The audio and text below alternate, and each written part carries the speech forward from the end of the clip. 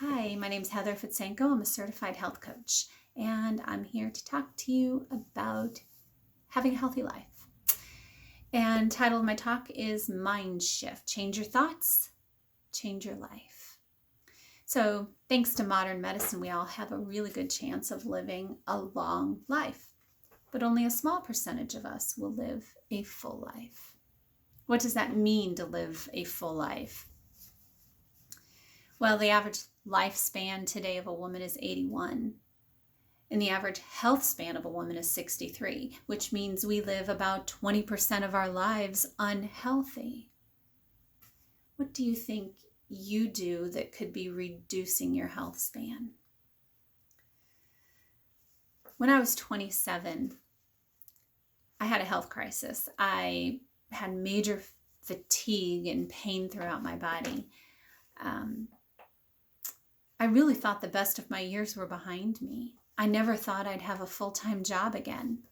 Thankfully, as you can see, I overcame that challenge.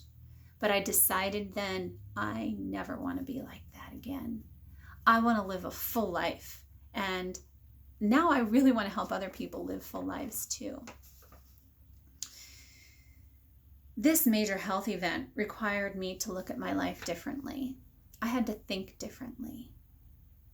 We've all heard the quote, "You are what you eat." Well, you're more than just what you eat. You are what you think too. So I want to talk to you about your thoughts, our thoughts and our mindsets. A lot of our thoughts and actions are driven by our subconscious. I heard a man speaking at a TED Talk, and he said the subconscious mind makes a decision 7 seconds before the conscious mind acts.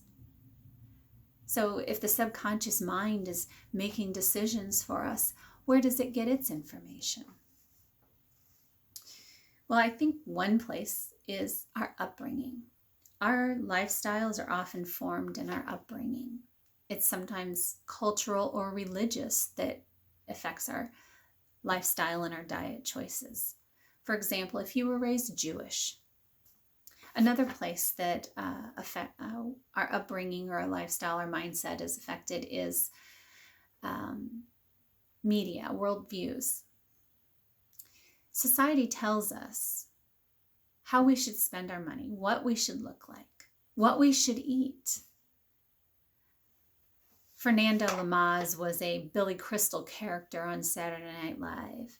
And he would say, "You look marvelous. Remember, darling, it's better to look good than to feel good." And terrible impression, but I think that's true. Society tells us it's better to look good than to feel good. And my upbringing and worldviews affected the way I thought. As a young adult, my self-worth was wrapped up in my weight. I viewed food as calories and fat. I was always just trying to be thin. Our experiences, or our health experiences, can also affect the way we think, our mindset. We may have watched a loved one fight lung cancer. Or we may have had a grandmother who smoked since she was 12 and lived to be 90. That would affect the way we think. Or we may have had a health crisis ourselves, like I did. When I was 27, I was diagnosed with lupus. A wife and a mother with 2 young children, I suffered major fatigue. I had pain throughout my body. My hair fell out in patches. I was unable to work. I began to rethink what healthy was. It was no longer just about being thin. I wanted vitality, I wanted energy, and I wanted to be pain-free. So, how do our thoughts play out? Our mindset, our upbringing, all these things, how do they play out? Well, I think we tend to one way is the blame game. We blame it on our genetics. You know, all the women in my family have diabetes, so it runs in the family. Or my father had high cholesterol. It's genetic. Genetics are the gun. Your lifestyle pulls the trigger. About 6 months after my daughter was born, I started having random health issues. My arms and hands would ache, and I couldn't make a fist to hold my toothbrush or a hairbrush. I began treatment for carpal tunnel.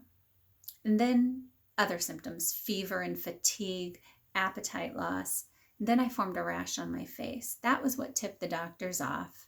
They did some blood work and came back that I had lupus.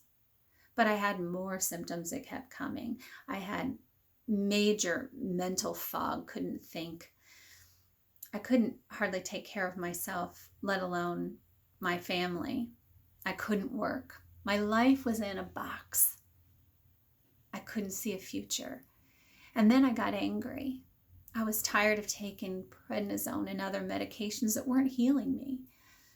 I went to the doctor and I said, I'm not doing this anymore. I want a referral. I want to go to Mayo. He said, okay, let me do a couple more tests. So he did a sonogram of my gallbladder and he found that I had a kidney deformity. I was born with it. I never had problems with it until I was an adult. My lifestyle, or my genetics were the gun. My lifestyle pulled the trigger. My lifestyle of sleep deprivation and calorie restriction and nicotine and diet soda. Oh yeah, I pulled the trigger. I think people also think doctors can heal you and medication will fix your problems. Doctors don't heal you. Doctors create an environment where the body can heal itself. Take, for example, a broken bone. The doctor sets the bone and the body heals itself. I think we're also looking for an easy button. We're looking for a quick fix. As long as it doesn't cause too much interruption in our life, we're on board. We think these short-term restrictions are going to create lasting changes. And that's how the yo-yo diet is formed. So we have to think differently. I want to give you some ways to think differently. You can't change anything about your life until you change the way you think about it. You have to think differently. So 3 things. Number 1, think small. Small changes done consistently over time will create greater gains than large short-term efforts.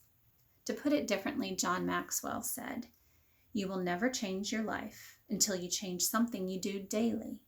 The secret to your success is found in your daily routine." What is something you could start to do daily to improve your health? Number 2, think more. Don't cut out, crowd out. Don't deprive, indulge. Indulge on healthy things. When we cut out things like bread and sweets, we just feel deprived. Then we tend to overindulge. Try crowding out the bread bowl. Add more vegetables on your plate. I like to say add color to your meals. Drink more water. We've all heard that. Drink more water.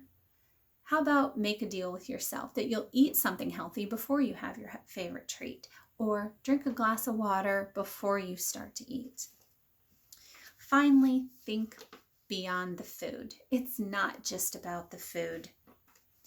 Many health experts say there are 3 pillars of health: sleep, nutrition, and motion. And I agree. If you have those things in your life, you're going to see some really quick changes. But it's not always just those things. There's more. There's spirituality. There's relationships, finances. All those things play a role in your health and how you can accomplish those things.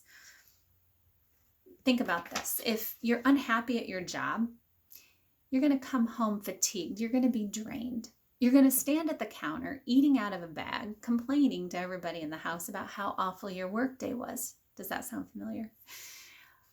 Or if you're having an issue with a child or your spouse, you're probably not going to be sleeping well. And running through your life without any sleep just causes all kinds of other problems. So we can't just compartmentalize our life. It includes all of those things.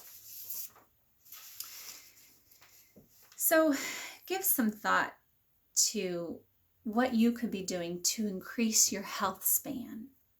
Take inventory of those things in your subconscious that are driving actions. consider some of those tips that I shared with you. Think small, think more.